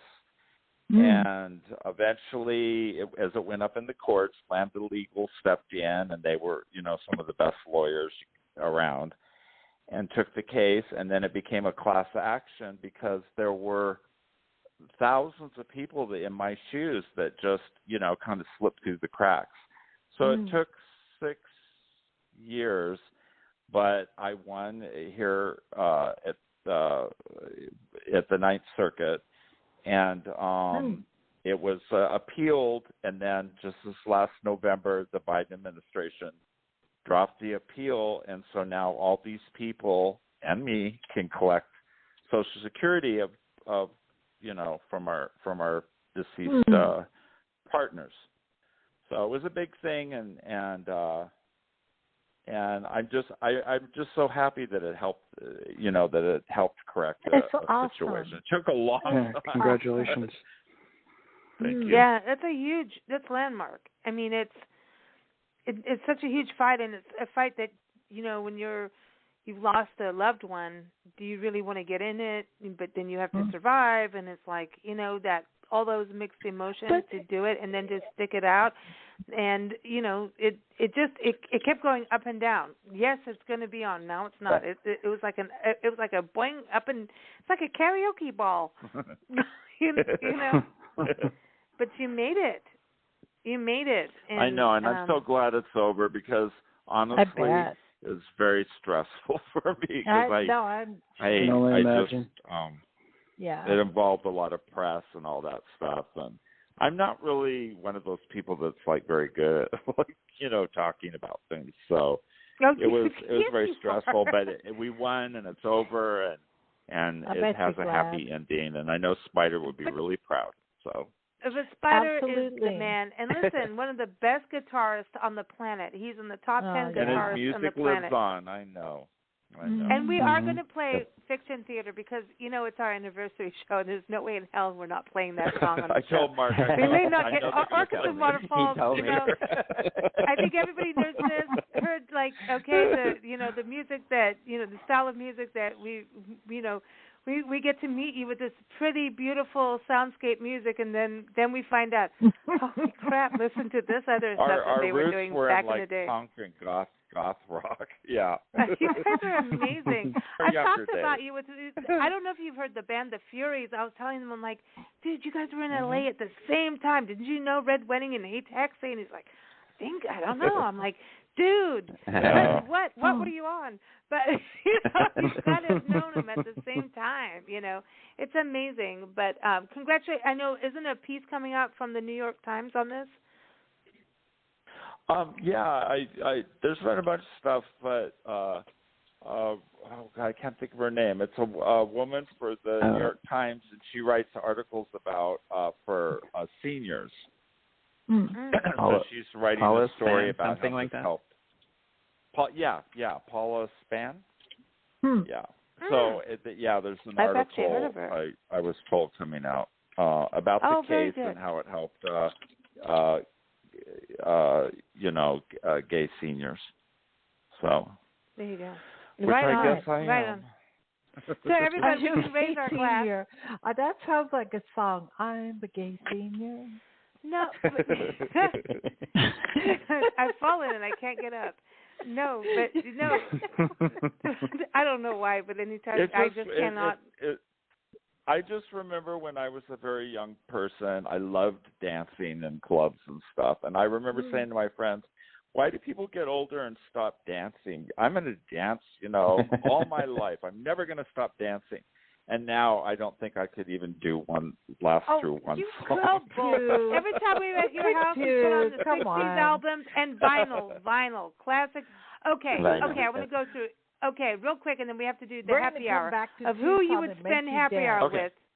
Okay, we're going to do happy hour, but this is the thing about you go to Michael's and you get the vinyl out, and it's the old school 60s and 70s music that you can dance to, and it's fun, and you get wiggy, you get like silly fun, and everybody needs to, and vinyl's coming back, thank God, thank you, but any album, I want to hear from each of you an album right now that you want to listen to that just makes you feel really good. So, Eva, going to you. Music right now, an album, a song, I don't care. Like music that makes you feel good.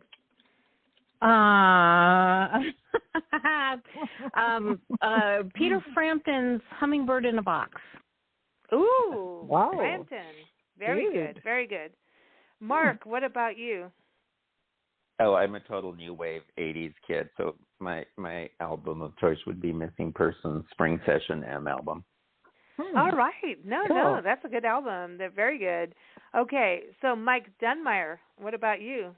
Mr. Firefly Concert. So I got there you go. I got to go with Kula Shaker and their first album K, which was really interesting. I mean, kind of a blend of 60s-ish sound with some mysticism and some edgy alternative stuff. And the reason why it comes to mind is I went and listened to some of Michael and Spider stuff, and it's amazing how broad the range of music was. But there was some of that in there that reminded me of some of that Indian mysticism that came through. I thought, wow, this is kind of like Kula Shaker. But yeah, loved it.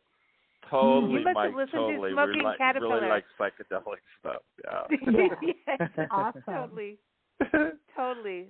Cool. I'm glad you got into their music because their music is. That was really nice of you to listen. Give it a listen.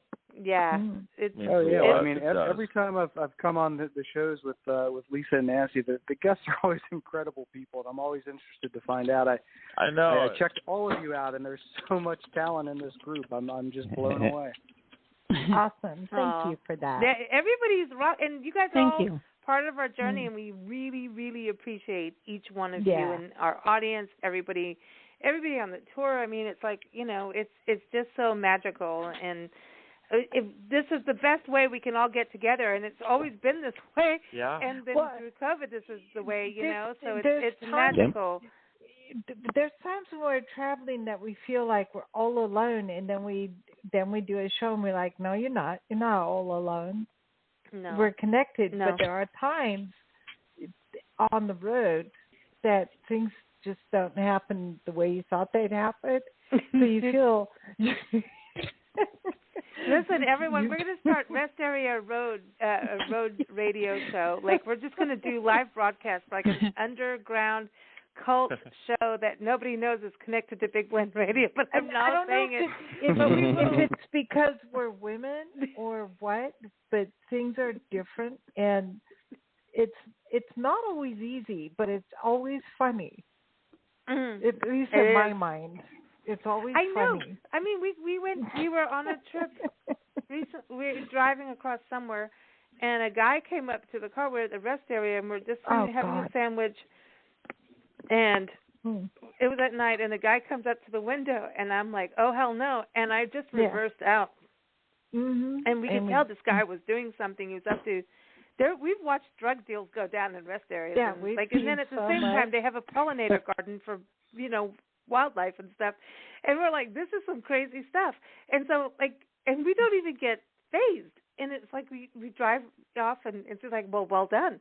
And I'm like, well, yeah, we're not phased. We just moved down a little bit. And then we're like, we're more interested. What is this guy up to? We want to know. Yeah. And so it's just weird. A book will come out down the road, I'm telling you, So I'm going to Jodi, because you travel a bunch and you go to parks. Come on, on road trips, do you see weird stuff too? Is it just, it can't be just us? I think it is just you now. I don't think I have quite the stories that you have. I have not seen what you have seen. We know Rest Area Rambo in Orlando on Highway 4. He'll tell you cannot stay here for more than 2 hours and give you a little sticky note.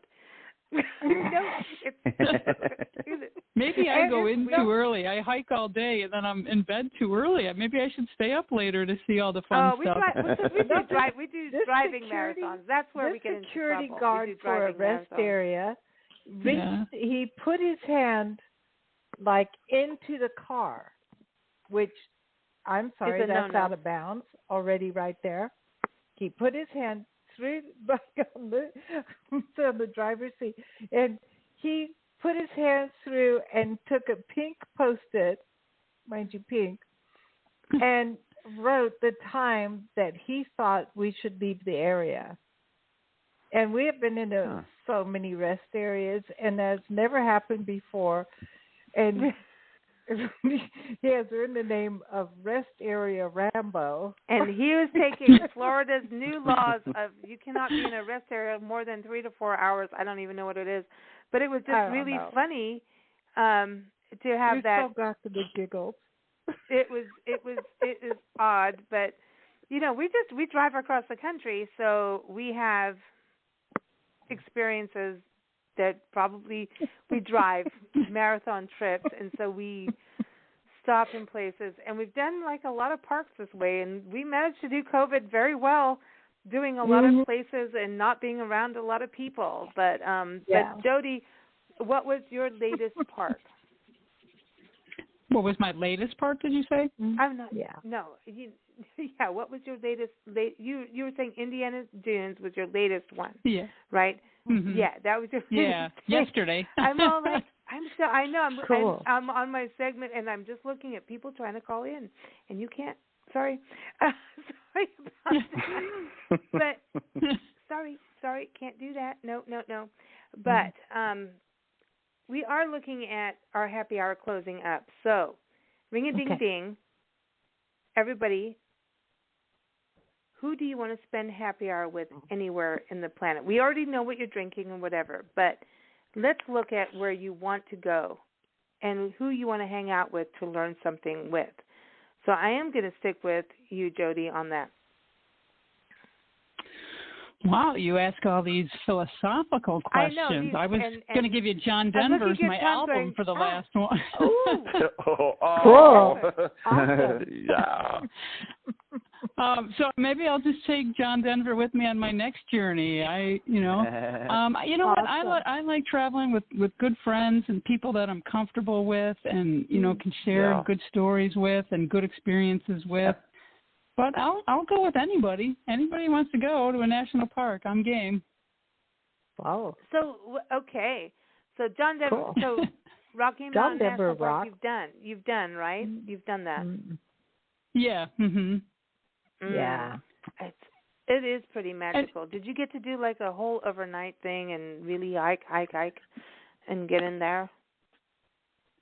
No, I don't. I've never really done. I've done a few like stargazing things where you go out late at night with the rangers and you get the telescopes out there. But I've never hiked throughout the evening. I don't know. I think I'm a little afraid of what is howling out there, but.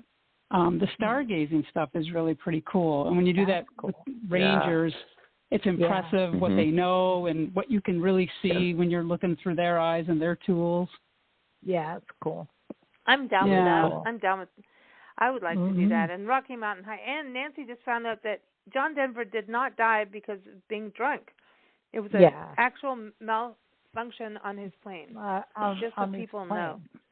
Yeah, it had nothing to do with that, and he's just he's peace and positivity in nature. We love that.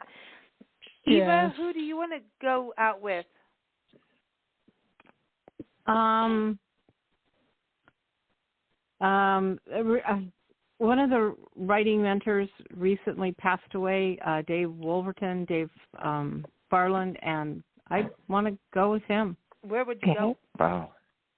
There's a place in Utah called, I believe, Snow Canyon. I want to go there. Okay. Cool. Snow Canyon. Ooh. I believe that's the name of it. It's not very well known, but there's a lot of history there. I've read somewhere in the process. So, and he recommended it. Cool. I just saw something about him on Facebook. Maybe that was it, about his passing. Yeah. Oh. Shame. Yeah. Mark. I mean, it's recent. Yeah, it's recent. Right. Yeah. There's so many people passing right now. I mean, it's insane. It's just kind of feels like one of those years of but it's ever since Dave Bowie died and Prince died, everything's been shit. I'm just gonna say that. Honestly, it was David Bowie. Once he passed, I was like, oh, we're so screwed now. This is it. And then Anthony Bourdain, and I'm like, no, we're down. No, we're going down. He's colonizing a new planet. Yeah, that's what they're doing. They know we're screwed with climate change. So Anthony Bourdain's setting up a kitchen. David Bowie's like, we're going to have the theater, we're going to have the arts, we're going to have the music, we're going to have all of that, So there you go. So maybe Wolverton's there, Eva. So just saying, maybe. And Betty White will be there, too. Betty White. Norm Macdonald, too. Can I just say Norm Macdonald? Can we just not forget him either? Oh, yeah. Oh, that's right. Great one. No. So, okay. Mark, who are you taking where for happy hour? I actually would like to go a little farther back and meet up with Ansel Adams and just kind of pick his brain about his technique. Ooh, that's a good one. How he did those photographs with the equipment that he had to carry, and I mean it just seems like such a cumbersome process. God, I know. Now we're great results with it. Yeah, now you put a whole camera in your pocket. Yeah. Do we have to carry the lens? Do we have to do this? And then you think about what they did, and you can only have like so many takes, and then the processing. I mean, you were in film. I remember shooting film, and I would have a roll of like 36 images on a roll of film, and I was very precise of like, I only have so many images I can do. So it made me think more than I do now with digital, because digital, it's like, I could fit thousands of photos on a chip. Yeah. I know, but then when Exactly. you get it all back, then you have to go through it all, and you're like, It's more work. So the trick that I force myself to do is I force myself to use the tripod whether I want to or not, because that forces me to think about what I'm doing and not just kind of snap away. I know, Lisa. I was going to say, you said tripod. I hate the tripod. I want to just take it and shove it. You know, but I just really do. I hate the tripod. Okay, but I it's just necessary. have to say, here's the thing: if you're not going to use a tripod, do not do bingo wings with your elbows up in the air. Put your elbows close to your side, and then you can take a picture and not have camera and not shake. Yep. You can't do bingo wings. All right. Or lean on something. Wings. I've done All that. right. Lean on stuff. Michael, use rocks. I've used rocks to hold my camera. That kind of stuff. No. Bingo wings, and that's why you do push-ups. You know. Michael, who are you going to happy hour with, and where? Well, not to get mushy, but after I lost Spider, I grieved for a very, very long time, and I thought, I'm never going to meet anyone, and I just going to be going it alone. But, Mark came into my life. It's a miracle. I couldn't be more happy. So wherever Mark's going, that's where I guess we're going to go visit Ansel Adams. We'll go. I love it. Ansel will dig it. Ansel's pretty open-minded and cool. And it's interesting.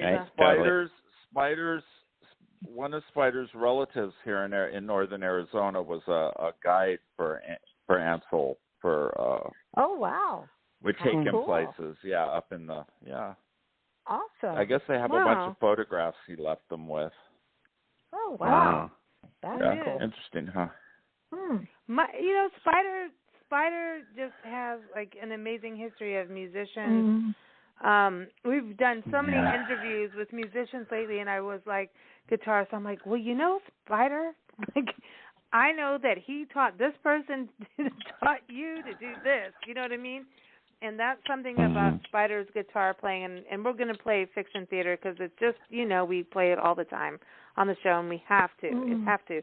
I want people to hear the other side from the soundscape, the flip side. We're going to do that. But first, Mike, where are you going, and who are you going with for happy hour? All right. That sounds fantastic. So I think I want to go to Grand Staircase Escalante. Nice. Because when I went there before, it relaxed me like very few places have, and it was there's no ambient light, and it was the biggest sky full of stars I'd ever seen in my life. And so given that, I got to take Neil deGrasse Tyson with me. We got to get a good bottle of bourbon and go. Let's get educated. Nice. Cool. Very cool. Oh, we went there, Nancy, years ago before the park tour. We did it. Yeah. We went there years before, and we had our forerunner. Honky Bonky was the forerunner's name. Honky Bonky because it was white. Big white forerunner. And it had a moonroof, and so no one was around. Car. And so Nancy could get up there back in what we did in Africa and film. And we got pulled over by a park ranger, and they were like, "What are you doing? You need to kind of sit down in your seat and all of that." And we filmed but we did see condors being released. We saw wild horses, and at that time we didn't realize what was going on with the wild horse issue. But we filmed wild horses. We saw all kinds of lizards and snakes, and we also got lost and ended up in Kanab, Utah, with no wine, thinking we would really like a beer at the end of this heat, and we got so lost at the end of that. We didn't know which way to go home, and everywhere we went, they said, "You cannot have a drink here." So that was our happy hour show from there. But it was beautiful. I know. It really did. Thank you all for joining us. Really, really, for being on our anniversary show. It means so much. You've all been part of our lives. Thank you for having us. Thank you. Yeah, it was fun. Great to meet all of you. I know we always go over time. Sorry about that. Everyone, Mike Dunmyer, keep up with what they're doing of offshore wind energy. And this doesn't mean just Nancy and Lisa when we eat beans. I'm just saying. But I had to. Sorry, Mike. Sorry. But this you're doing something what you're doing is wonderful, Mike.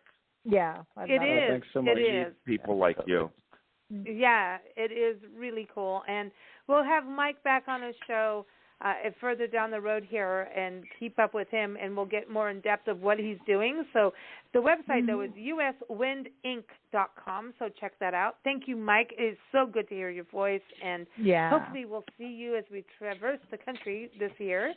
And hopefully we'll get to have a drink with you finally after all these years. It'll be so good. Gotta do that. Got some great state parks here. Awesome. Yeah. Awesome. Jodi, you've got all kinds of new products coming out, new places. You're not only just online, but you're also in new national park gift stores and really kicking butt there. So wanderlustmark.com. Thank you for joining us. It's been so cool. Awesome. Fellow park traveler and everyone, she put us on the thing of how many national parks we are going on as we travel, and really, we've actually done a lot more than we thought. And I was like thinking about that. I'm like, so we got to update our map with you with what we've been doing. So we've done some more that we didn't realize. And Hot Springs, who would have thought, right? Is a national park, but it is. And actually was one of the very first. And there's a war about that, but I'm not going to say anything about that because we'll all get in trouble. But wanderlustmark.com. Jodi, the best thing for social media is Facebook, Instagram, Twitter, for everyone to keep up with you? Because you post such good stuff. Yeah, I'm on all three. Yeah. Awesome. She's always posting good stuff about parks, so keep up with her on there. And go get T-shirts, man. They're cool. Yeah, and go get they are. Get the Who rags. Cover your mouth. Nancy wants me to do that again. Thank you, Michael, again for sharing your story, and congratulations on winning the suit. That is amazing. Yeah. MichaelAndSpider.com is the website, and their music is streaming on all platforms. We're going to close with Fiction Theater because we have to. It's just it's like one of my most favorite songs on the planet. And thank you for letting us play your music on the shows and being part and making our sound file, like our intros of all of our shows. It's been amazing. It's amazing. Michael, think about it. From 2008, not knowing each other to what has happened. It's like, we'll see you. We'll see you all soon. I know. Mark, we'll see you at some point. We'll meet you too. Thank you for joining us. Yes. Oh, thank everyone, you so much. MarkNavarroPhotography.com. Call him if you're in Tucson because he does do real estate photography, right? Am I doing it I do, yes. Cool. Oh. Yes, and all kinds of other things. That sounds weird. Hello. Just go to MarkNavarroPhotography.com. He'll make you smile. And Eva-Eldridge, keep up with Eva at EvaEldridge.com. Eva, you're going to be at the Tucson Festival of Books coming up? Yes, I will. Cool. Awesome. Good for you. It's March 12th and 13th. Okay. March 12th and 13th. Oh. So everyone go check it out. And you can find me at the Tucson Sisters in Crime booth. Who did you murder? Who do I know there? Who did I murder? I'm not telling. This is public radio. This is perfect that we're going to Fiction Theater after this.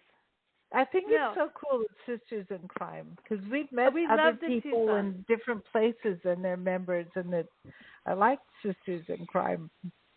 Eva got us doing a series of every month doing the Tucson Sisters in Crime through 2021. And we didn't know what we got ourselves into. And all I can tell you, it was amazing, fun interviews. You can find it all, just bigblendradio.com. Go where you'll see them in all our magazines. But the last one. If you go to YouTube, Big Blend Radio YouTube, you'll see it. People came with their crime weapon, Elaine A. Powers. She comes in with her iguana. No kidding. Yeah. Paul attempted with a gun. There were all kinds of instruments that people came in. I was like, holy cow. Like, we lived in Africa and had things, guns at our head, and I learned about limpet mines and bombs Eva had and poison AK-47. Yeah, Eva had poison lipstick, and I was like, holy cow. I watched it. These women can take anybody out. So thank you for that, Eva. And thank you for taking our mail, too. Yes, thank you. And Eva, I need you don't more have that pickles. much. Oh, yeah. I need more pickles, Eva. Okay, you know where I live. And I want some relish. Bye. All right, everybody, here it is. Fiction Theater. We're going to play it now. Thank you all for joining us. Keep up with us at BigBlendRadio.com. Yeah, thank you. Bye, everyone. Theater. Bye-bye, everyone. Bye-bye. Bye.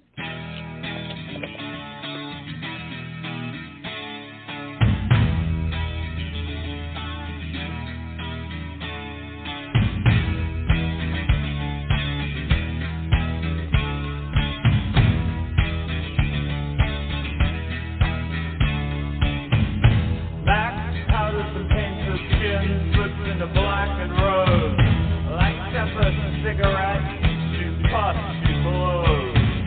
Max stands on a corner, feels no shame. She's a money-making machine, sexy for men of fame. When you're down and out, you take the highest bidder.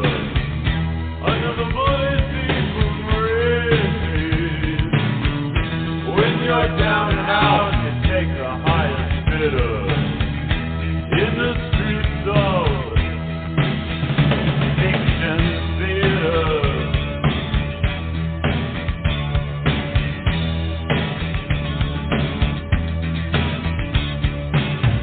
Another night of pimps and John's benediction. It's an eternal play of habit and addiction. Another sad production, the same tired line. She's much produced in a race against time. When you're down and out, take the highest bidder. Under the blue